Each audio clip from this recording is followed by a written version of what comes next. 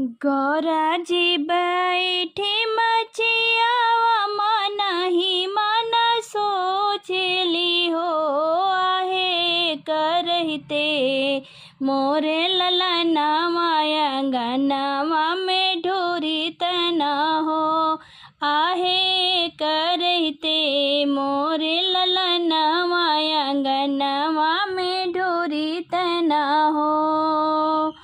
गौरा के देखी के भोले जी मने मोसे कावेले हो आहे चली भैले नंदी संग बजरिया गठरिया काले वेले हो आहे चली भैले नंदी संग बजरिया गठरिया काले वेले हो। एक पहर बीतले दूसरे पहर और तीसरे पहर हो आरे आई बैठे अंगना के बीच ते गौरा के बुलावेले हो आरे आई बैठे अंगना के बीच ते गौरा के बुलावेले हो।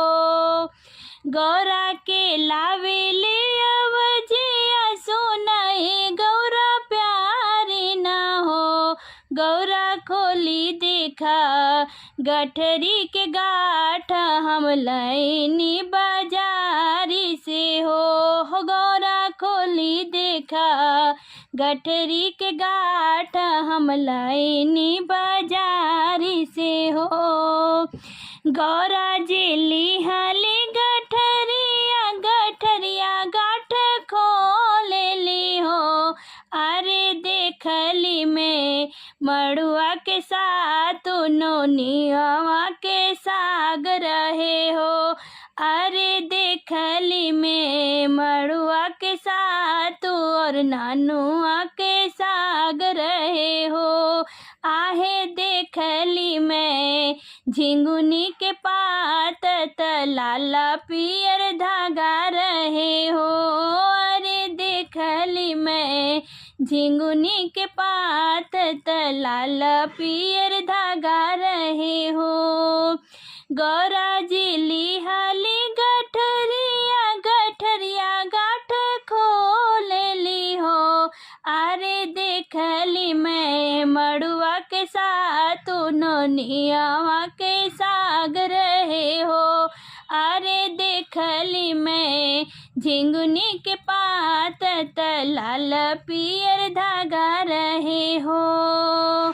गौरा जब खोलली गठरिया ता देखी के चकित भैली हो भोले ई का होला नेनुआ के साग मड़ुआ के साथ न हो एक भोला ई का होला नोनुआ के साग मड़ुआ के साथ न हो हे शिवजी ई का होला झिंगुनी के पात लाल पियर धागा न हो हे शिवजी ई का होला झिंगुनी के पात लाल पियर धागा न हो। चढ़ल बा कुआर के महीना माता अष्टमी के तिथि न हो गौरा कोइल ना खर जीवित ललन सुख पाई बुना हो हे गौरा कोइल ना खर जीवित ललन सुख पाई बुना हो। चढ़ल बा कुआर के महीना अष्टमी के तिथि न हो हे गौरा कैल न खर जीवितिया ललन सुख पाई बुना हो।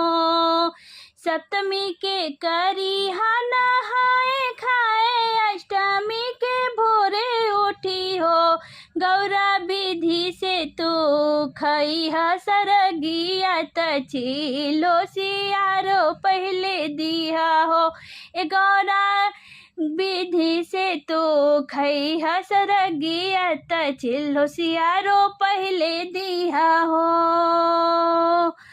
अष्टमी के भूखी हबरतिया तबेरिया कहानी सुनू हो।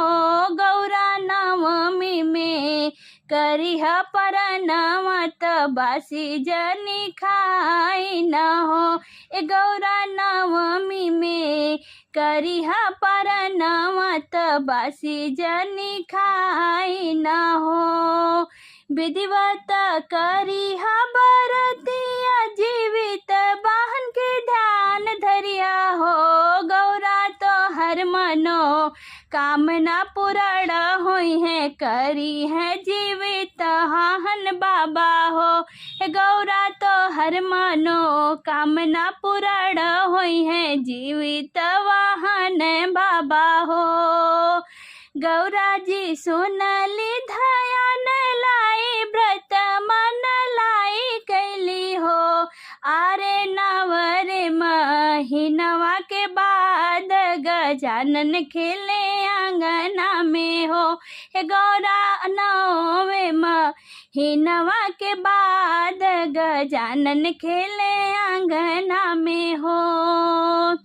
जीवितिया बड़ा पावन हम पानी भूखल बानी हो। बाबा हमारो पे देहब ध्यान हमार लालना बाद रखिया हो। हे बाबा हमारो पे देहब ध्यान हमार लालना बाद रखिया हो। बाबा सब का पे देहब ध्यान की सब कर गुदिया बाद रखिया हो।